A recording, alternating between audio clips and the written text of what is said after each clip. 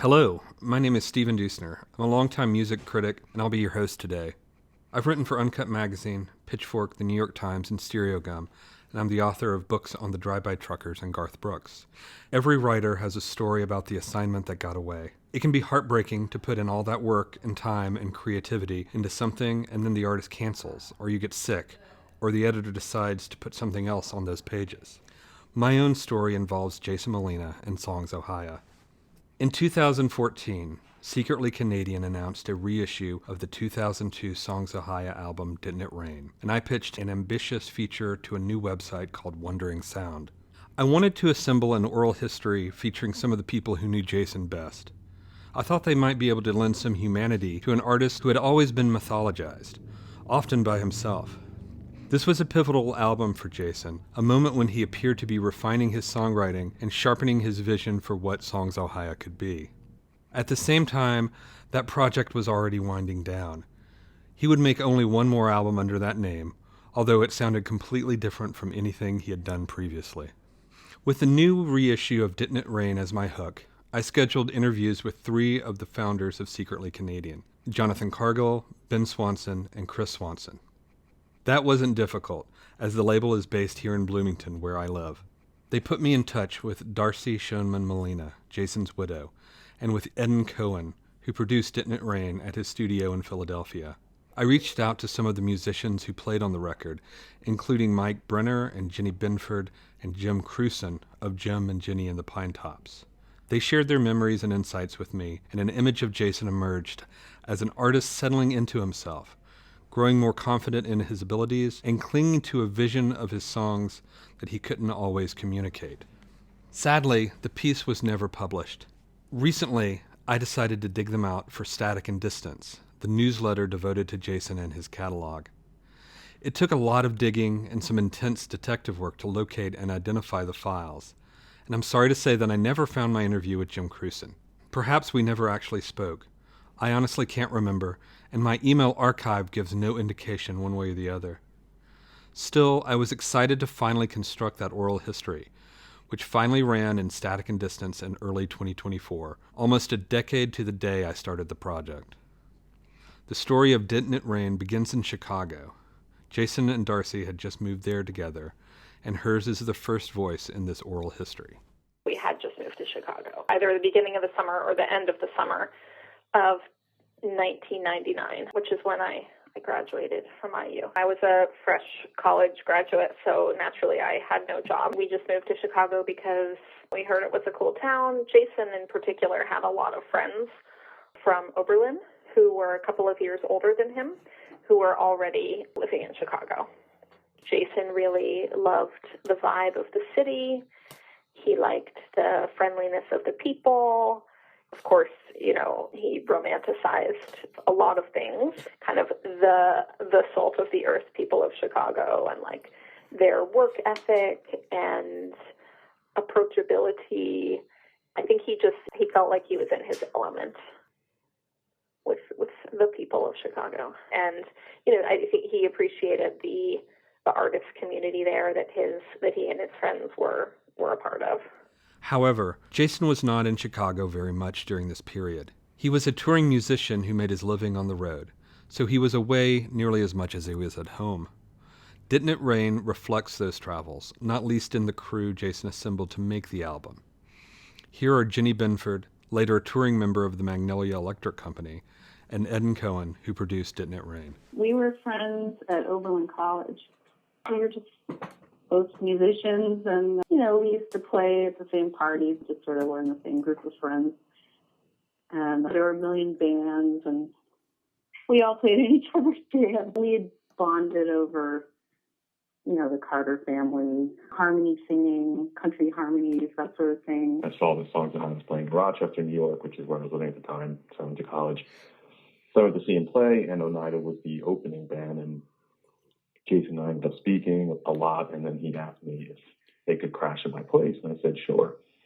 So there was like Jason, all of Oneida, just crammed to like Tetris. We were just like singing Jackson Browne tunes, and from that night, I stayed friends with Jason. I was now living in Philadelphia, and I went to see the show, and he's like, oh, hey, man, it's so good to see you. So And I said, I told him I had a recording studio at that point, and he was asking what I was working on, and I was working on a tribute record to like Muscle Shoals, and he was like, "Oh, I love that kind of music," and I said, "I wish you could be on it, but we're kind of wrapping up." And he's like, "Let's go do it tonight." It was like snowing and freezing, and we ran out to the studio at like 2 a.m. and just cut that tune. He like learned it in like 4 seconds, and it's pretty rough, but it was cool. It was like a moment in time, and I decided to put on the record. For me, selfishly, it was such a cool session, and I felt like that's kind of why I wanted to do music in the first place, because it was spontaneous. And then from there, he kind of brought up the idea of like coming back out and doing a record there. Jason became obsessed with Edan's studio, says Ben Swanson, his friend and one of the co-founders of Secretly Canadian. I think he just liked how sort of like organic it was. The idea of this like space that's very well suited for just like a live band and getting this sort of kinetic feeling. But that was kind of Jason's way. Things were never really too obvious or straight ahead with him. The studio was in this old building, and there were like feral dogs that would prowl the streets. It's like kind of this pocket in the middle of it. They refer to it as South Kensington. It's known as the Badlands. That's like the slang for it, because it was like just all the insane drugs and violence happened there in the 80s. But now, it almost wasn't even dangerous because there just were no people. It was on this kind of raw warehouse, second or third floor, plywood floor, giant windows. You kind of leave like a normal like hipster neighborhood, and then you go on this like crazy long boulevard that has a train track down the middle, because I think it was all factories, and the train would run down the middle of the street in the 40s when Philadelphia was this like giant manufacturing powerhouse. The roads really wide into factories in like various states of like disrepair and burning down. You could tell that he was kind of taking it all in. That place reflected the imagery in the songs Jason was writing for the album, in particular, Steve Albini's Blues. It opens with him driving into Chicago from the south, crossing the bridge in Hammond, Indiana, an old industrial town full of smokestacks reaching up to the moon. It's an image of American industrial decay, yet it is enchanting in its own way, as though Jason sees the abandoned buildings as ruins of a long-dead civilization. I've always loved that song, and it was one of the reasons I wanted to write this piece in the first place.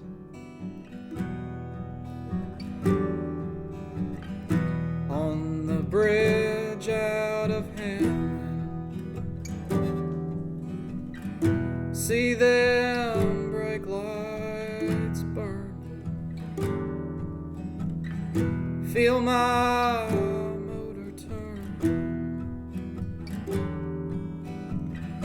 On the bridge out of Hammond,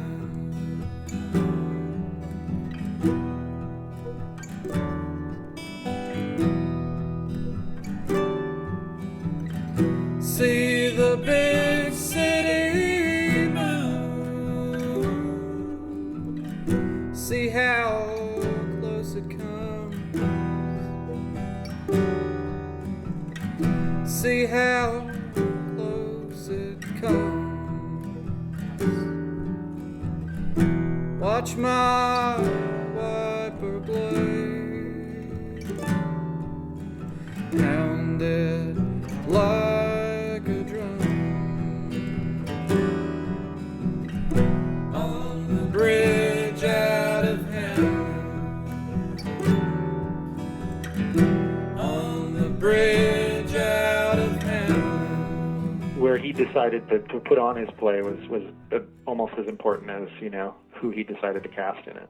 Here is Chris Swanson, another co-founder of Secretly Canadian. He would hit a town, and because he was such an early riser, when he'd be on tour, he'd get up, he'd wake up, he'd write for a little bit, then he'd go off and he'd go hit coffee shops. He was very much in the 90s and early 2000s, and he'd be very much about absorbing that local town, and getting to know it and letting it really have a tactile relationship with the town. During a break in touring, Jason drove from Chicago to Philadelphia by himself, supposedly listening to only one album along the way. Edan had already recruited some local musicians to play on the sessions, including drummer Greg Castano, guitarist Matthew Derby, and bassist Mike Brenner. Brenner later toured with the Magnolia Electric Company. he finally showed up to the studio, he kind of said, "Oh, I'm downstairs." And I ran down and opened the door, and he had rented this like a black Crown Victoria cop car. It was huge. It was like this gigantic, cruiser. There's little Jason, and he had been, this is what he claimed, that he had been listening to Sade for 12 hours. But then as I found out from other people that I've spoken to, that Jason loved to tell tall tales. So maybe he hadn't been listening to her the whole time, but he claimed that he had been listening to exclusively for a month or something with that record. Then he came in and put up all these posters of Chicago blues legends on the wall, and there was never a mention of Sade again. I tried to only bring in people that I felt were really good musicians. So, for example, Matt Derby. I've been in bands with him my whole life, and I know that he's a solid guitar player, so that was simple. But then Greg, the drummer, he's a great, pocket drummer. He's like a human metronome. Jennie was Jason's friend from college, so he brought her. I knew they were all really good musicians who could take Jason's fairly simple music and make it sound a bit more sophisticated. And they would all do me favors. Jason had no money, but he gave everyone he drew everyone little pictures in terms of the payment. He probably just emailed me and said, "Oh, you want to sing my record?" I was living in Philly at the time. I want to say I was there maybe 2 or 3 days. And I was there for the whole thing, all the songs. As a harmony singer, that's what I love to do the most with music, is harmonizing. So I always wanted to try to find a good blend with him, which was harder in reality than in theory. His voice is incredible, and he has kind of a high voice and such a strong singer. But it was hard sometimes to blend. So when it would really happen, it was amazing. The song Two Blue Lights is one that really stands out, where I felt like we really blended the way I wanted. I don't know if it's just the way that melody is or why that song works so well in my mind. But that's sort of what I was after, and I feel like I achieved it in that song. Two blue lights. One's the blue light of the late night bus. One's the blue light of the moon over us.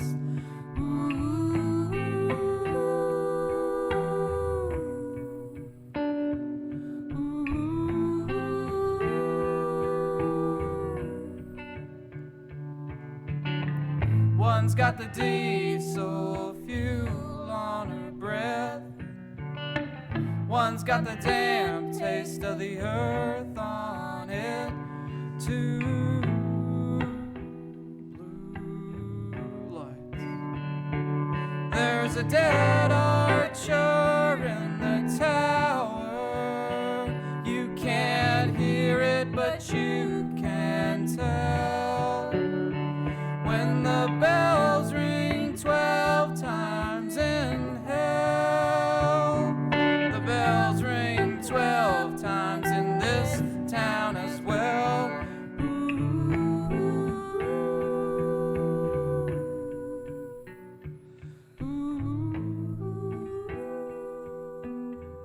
Jason had originally planned for the album to be mostly him and a guitar, but he soon warmed to the other musicians in the studio, especially Brenner and his unusual bass setup. The actual mood in the sessions was really great. I remember basically 2 arguments, and that was really it. The first argument was about just bringing musicians in. Jason wanted the whole record to be just acoustic in his voice. I don't know if you ever heard the demos or not, but I had all those, and in my mind I thought, I can't think that anybody would sit through an hour of this. We started off with talking about bringing other musicians in. Of course, he was against it, and then finally he relented. I just thought that they would add textures to the song. It would make the record just flow a little bit easier. And I think I was right. I was recording Mike's other band, and I was like, I have this perfect sound for you. And I played it for Jason, played in some other mixes, and he's like, oh, that's interesting. And I was like, let's just call him and have him come over and put some stuff on. And there was so much like hemming and hawing, and I'm like, he's just around the corner. Let's just call him. He said they were looking for an upright player. He knew that I had this slide bass contraption, which at the time was just like an old bass guitar set up so I could play it like a lap steel, like I raised the strings up and kind of tweaked the neck a little bit so I could kind of sit it in my lap and play it. I could get it to sound kind of like a cello, and in some respects like a weird slidey kind of upright sound. Took that and a lap steel over there.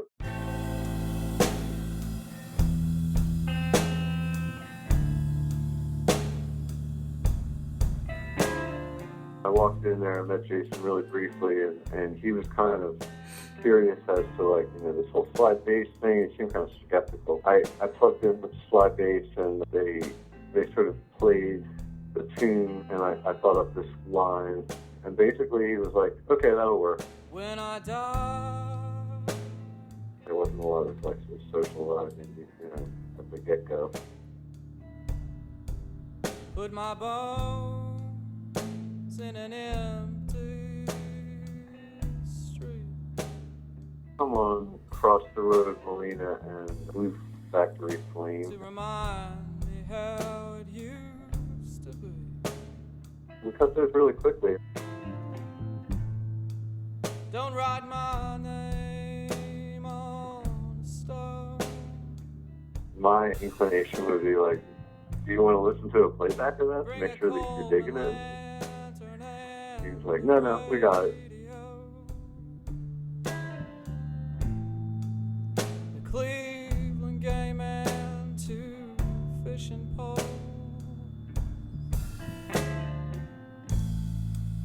And watch with me from the shore.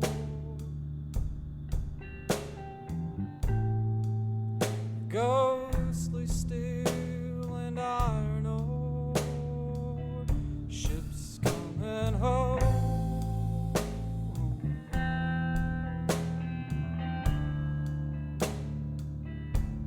Where I am paralyzed by the emptiness.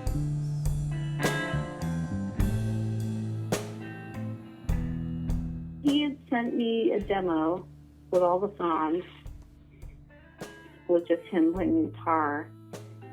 But he would often change lyrics, like right before we recorded. We would run through the song maybe once or twice before actually recording. And, at that point, I would see that he had changed some lyrics, and so I would quickly change my lyric sheet. The songs were pretty much the way they were going to be by the time he got to the studio. And that was true on the other recordings I did. He was definitely focused in the sense of, this is, let's get this done and make it sound cool. But you get like a take in or maybe two, you'd be like, oh, let's just move on. And I'm like, well, Jason, why don't we just fix that? He's like, nah. I like the fact that it's kind of messed up. It was like maybe a little loose for my taste, but I was happy to go wherever he wanted to go, obviously. Jason was a contradiction in the studio. He had very definite ideas about what he wanted the record to sound like. Very spare, very live sounding, with absolutely no overdubs and very few second takes. Yet he could also be very trusting of the session players. Once they played a part for him, he rarely asked them to reconsider or rewrite it. In a sense, he was trying to capture a moment in time, however imperfect it might be. Here's Chris Swanson again. He was really obsessed with live room sound. He was never really an overdub guy at all. He was kind of like a director that craved working with like non-professional actors. Not that the players he played with weren't professional or really talented, but he wanted them to be on their toes and there to be an air of discomfort, I think, and newness when he played. He wasn't really into the tech side of recording. It was more like he wanted someone to help him capture a performance. And he certainly wasn't into typical recording techniques of like cutting the track with scratch vocals and then going back and replacing them with like the real vocals, He was more like get the people in the room, mic it up in a cool way, get the people to play the tunes quickly with without a lot of thought and like kind of premeditation. I think that was pretty consistent with the rest of the time that I knew him and recorded him. He would say, "Oh, what do you want to do on this song?" And I'd say, "Oh, maybe I'll play a little mandolin." So we'd run through it, and he'd be like, "That sounds great, let's do that." And, we'd do a take, and he'd be like, "That's awesome." That was just the way it was with him. He wanted to capture the moment, which is part of his magic. Even though I feel like my parts are a little floppy here and there. No matter how dark the storm gets overhead, they say someone's watching from the calm at the edge. Jason's dedication to capturing the moment was not always practical, as Cohen recalls. He wanted to record all the vocals live, and I didn't want to do that. I didn't feel like my space was the right space. I was trying to explain to him that it's already artifice, that it's okay to put some overdubs on.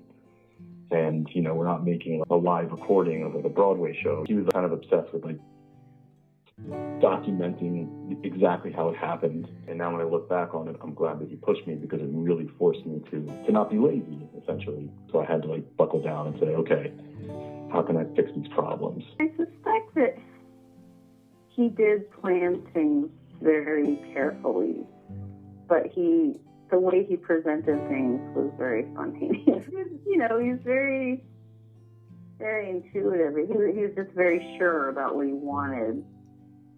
But at the same time, he was all about capturing the moment. You couldn't be too self-conscious. I just had to kind of go with it.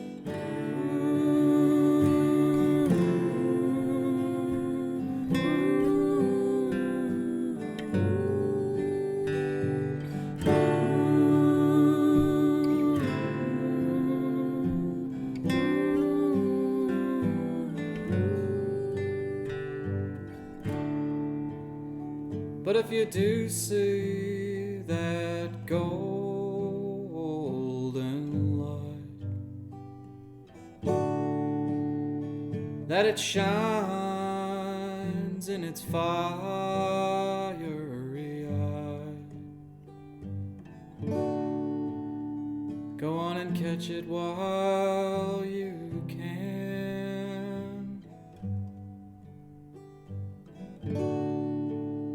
Go on and catch it if you can.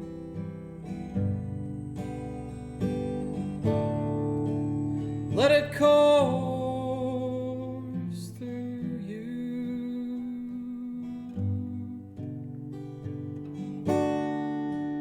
and let it burn through.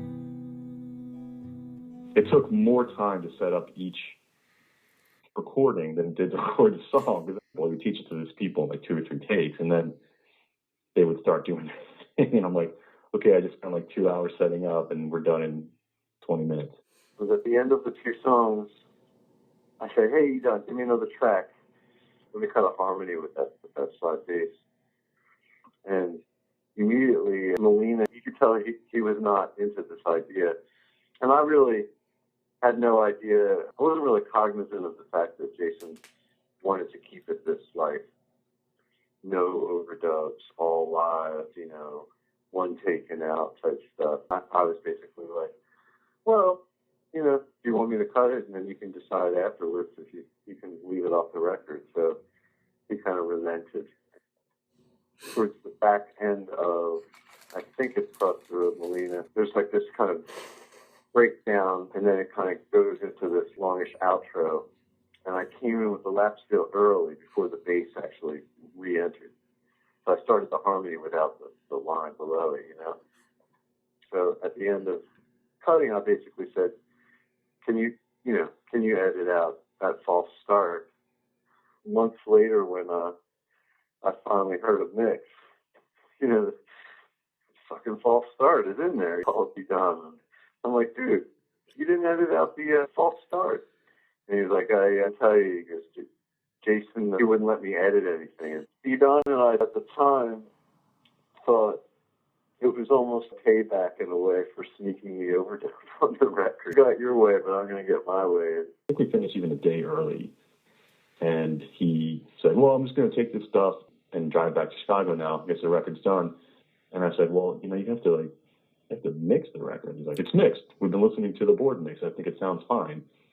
And a board mix is like, I just put some faders up at like 50%. And he's like, well, that's what I want the record to sound like. I'm like, I understand what you want it to sound like, but we have to do some corralling of frequencies and this and that, just so when we take it to a mastering engineer, they don't get mad. He wouldn't let me edit anything, and basically had me mix the entire record in like an hour. You know what I mean? It's usually like, a song per hour, but Jason was so insistent on getting this thing done before he drove back to the Midwest or something like that. And I said, listen, do me a favor. I think it was on a Friday. I said, on Saturday morning, you just go out, like go to South Street, just give me like 5 hours to just do some final mixes. So he relented, and I went back. I did very basic mixes, and then that was it. And he came up and listened to him, and he's like, I don't hear any difference. I'm like, I told you I wasn't going to like put Def Leppard reverb. I just needed just had to rein some stuff in. So he's like, oh, this is great. And then I export everything, give it to him, and then off he went. Jason called the album Didn't It Rain, after a song popularized by Sister Rosetta Tharpe. It's a moody, stark, complex collection that reflects his fascination with blues and gospel and Studs Terkel and the industrial American landscape. For that reason, it is my favorite album of his. I love the vibe of these songs. I love the imagery he's playing with. I love the way Jason sings on this record. He inhabits these songs in a very particular way, sounding weary but determined. His voice betrays every wound and every hard mile, but that only makes his testimony sound more resolute. I don't think I ever saw him again after that record. I never saw them play live again. I think maybe we talked on the phone a couple times, but I never laid eyes on him again. When it was happening, there was no like, oh my God, we're making this like seminal record in Jason Wayne's career. It was just like, this is a really cool record. It's probably going to get heard by more people than most stuff I do. Because I knew who he was. I knew about the label and everything. But no one really anticipated what it would become. And also what would happen to Jason, it's pretty crazy. I feel like that marks the beginning of sort of a new era of his songwriting, where his lyrics were more, I don't know, just more direct and plain spoken. Also, his guitar playing really took off around that time. I ended up doing 2 more albums after Didn't It Rain. I went on tour with him and his band, the Bloomington Guys, and then we recorded What Comes After the Blues on the end of that tour. Didn't It Rain came to mean a great deal more to me when I moved from Chicago to Bloomington, Indiana in 2012. I've always been fascinated by the ways in which a place can unlock certain kinds of music, and settling into this small college town, where Jason himself lived at various points in his life, gave me new insights into his music. Sadly, in March 2013, less than a year after I moved, I accepted the sad assignment of writing Jason's obituary for Pitchfork. Working on this oral history in the mid-2010s was intense. It was only a year after Jason's death, so the conversations I had with his friends and collaborators were sometimes emotional, raw with confusion and grief, but also full of fond memories. I hadn't even had a chance to transcribe the interviews before Wandering Sound shut down. I tried to pitch this story to other outlets, but nothing came of it. The recordings sat on my computer for a few months. Then I archived them on an external hard drive. Then I forgot about them. Perhaps these people would have very different perspectives on this album today than they did 10 years ago. But there is something about the lost quality of these interviews that I find appropriate to Jason's music, and specifically to this album. I had a very primitive recording setup at the time. I was literally holding a digital recorder next to the phone, so the sound quality is very rough.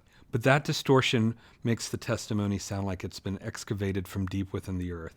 Weird souvenirs from a lost civilization. It seems fitting for an artist who was so clearly inspired by the lure of the artifact, who wrote so well about the past and how it defined the present.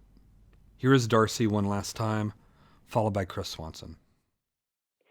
It strikes me as kind of like the period piece of his music. It has such a strong feeling to it.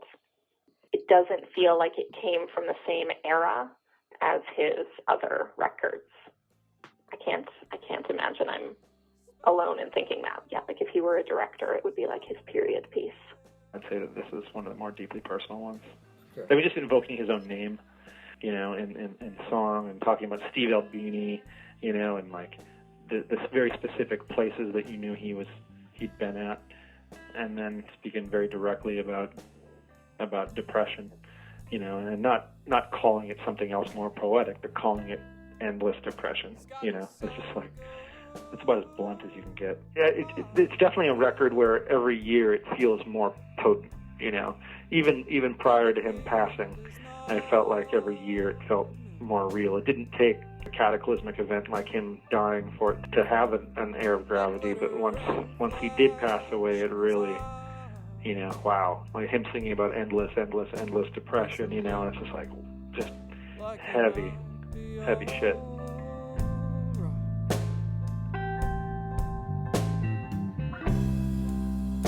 The blues are your hunter,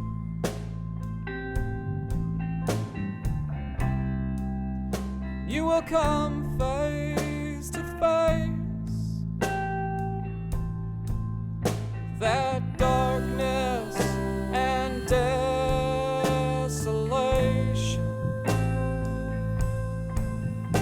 and the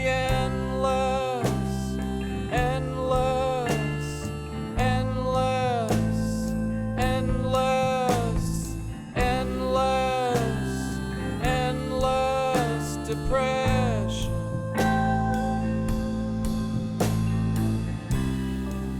But you are not helpless. You are not helpless. Try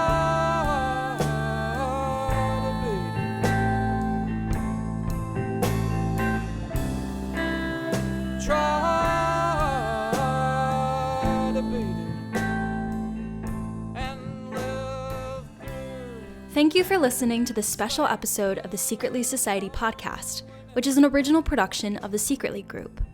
All songs included were from Jason Molina's 2002 album, Didn't It Rain.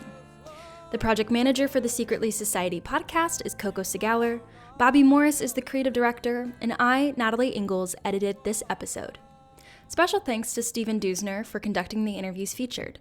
Check out his original piece on Static and Distance, a Substack for all things Jason Molina, and look out for more Secretly Society, wherever you get your podcasts.